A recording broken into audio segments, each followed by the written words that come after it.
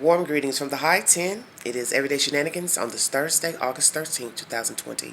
I would like to dedicate this video to women and young girls out here in America and abroad. This message I have for you all today is a very serious message, and I'm bringing you this message because, one, I am a woman, I am a female, and I'm concerned about the livelihood of women and the preservation of life. I brought you a video a few minutes ago pertaining to Anaya Blanchard, and in those two videos, part 1 and 2, it is stated that she met with Mr. Ibrahim Yazid. I don't know how much truth that is pertaining to this case. If she actually was in a car talking to Mr. Yazid, smoking, fraternizing, whatever the case may be, we will further see once he goes to trial. But with that said information being revealed that she was talking to Mr. Yazid in her car, had some type of dealings with him, let's say, and as I stated, I don't know what is fact or not. I'm just revealing what was revealed in the two said articles that I brought you, part 1 and part 2. And the fact that I just brought you a video about a woman, Miss Paxton, who was found dead in a freezer, stored in a freezer and found under a suspect's bed in Oak Ridge, Tennessee, and had been in that said home since December 23rd, somewhere in that timeline. I bring you this video to show you that you do not know people. Now, whatever the dealings were with Miss Anaya and Yazid, I do not know. What the dealings were with the young lady who was homeless and brought to that said apartment in Oak Ridge, Tennessee by this gentleman and his girlfriend, this animal. The point I'm trying to make is that you do not know people. You can meet people you can meet people from all walks of life. You can meet people at the gas station, the grocery store, the date site, the club, the bar, church, however. But you have to be careful as a woman bringing someone into the fold. That means your car, your home, going to their home, getting into their car. We as people have all made mistakes in meeting people, greeting people. We have moved foolishly,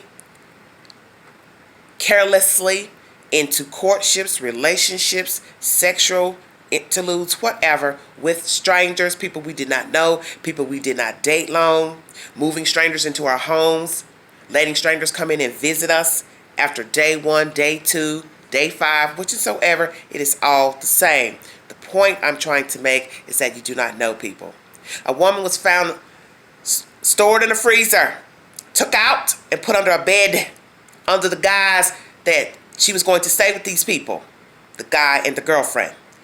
She had no idea these people were going to torture her, starve her, mutilate her body, rape her, and then store her in an upright freezer to only take her out to put her under a bed and hide because the law had finally came to inquire about her whereabouts.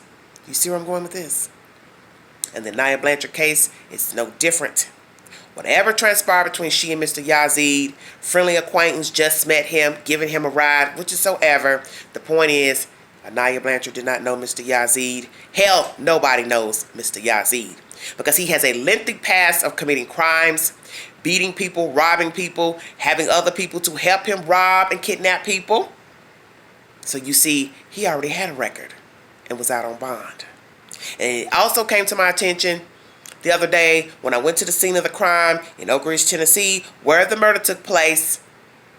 It was said, and I forgot to mention this, but a neighbor said that man, Mr. Finnegan, is allegedly a sexual predator, child molestation, or sexual predator, which in nature I don't know because I had not went to find out. But she said they get notifications if anyone moves into the area that is a pedophile, rapist, and she said he has a record, but there was no notification of him living in the neighborhood. Do you understand what I'm saying? And naturally, a person will be concerned as being a woman, a person with children, grandchildren. You do not want to find out that you have a sexual predator, rapist across the fence from you. I want all women to be careful. Meeting men, even young men, even be in high school, it does not matter. Being alone with a stranger, you do not know what they are going to do. I remember something a relative had once said to me many years ago about having, as we say, meet and greets, one night stands with men, or just inviting them over.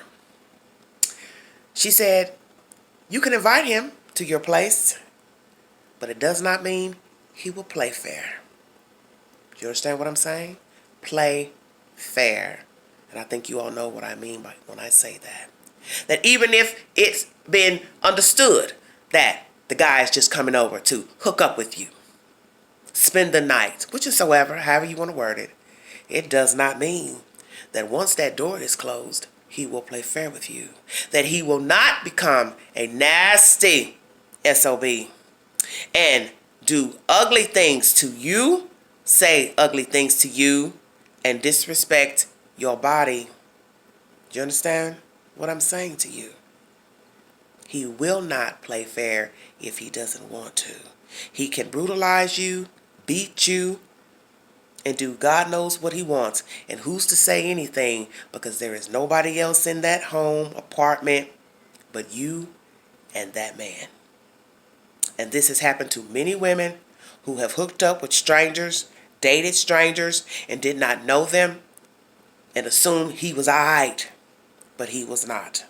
So be very careful, women out here dating and greeting people. And it could be something as simple as just a friendly situation. Could be someone helping you move something into your apartment, your home, help carry something in. They see you holding a lot of parcels, baggage. Oh, I'll help you, ma'am.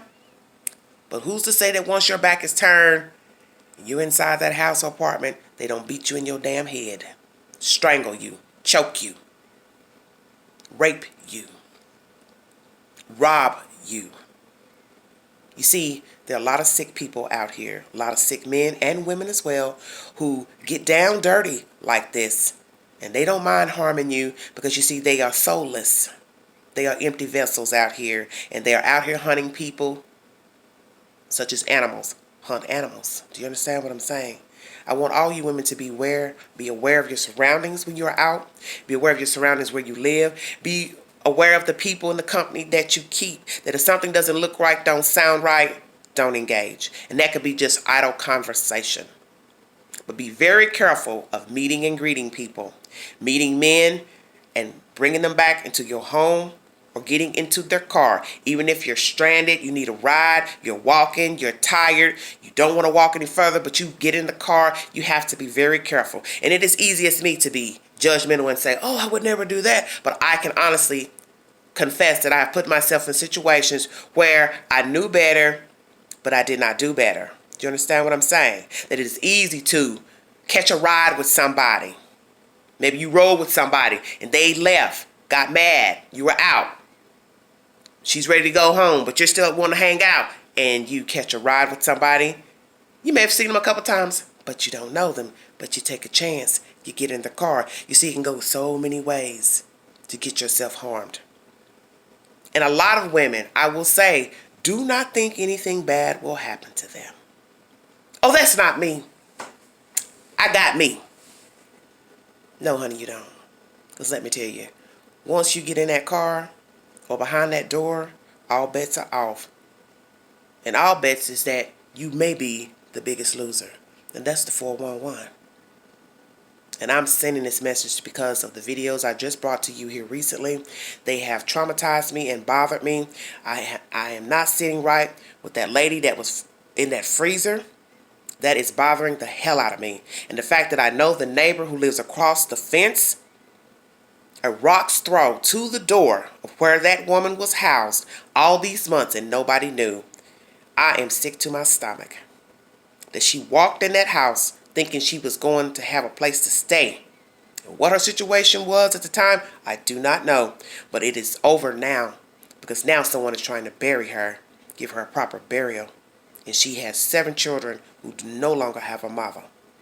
Miss Blanchard no longer got to live a full life because of whatever transpired that night with Mr. Yazid. You see where I'm going? You do not know people. There are men out here who are deliberate strangers. They are out meeting people, women, deliberately to harm them. So be aware.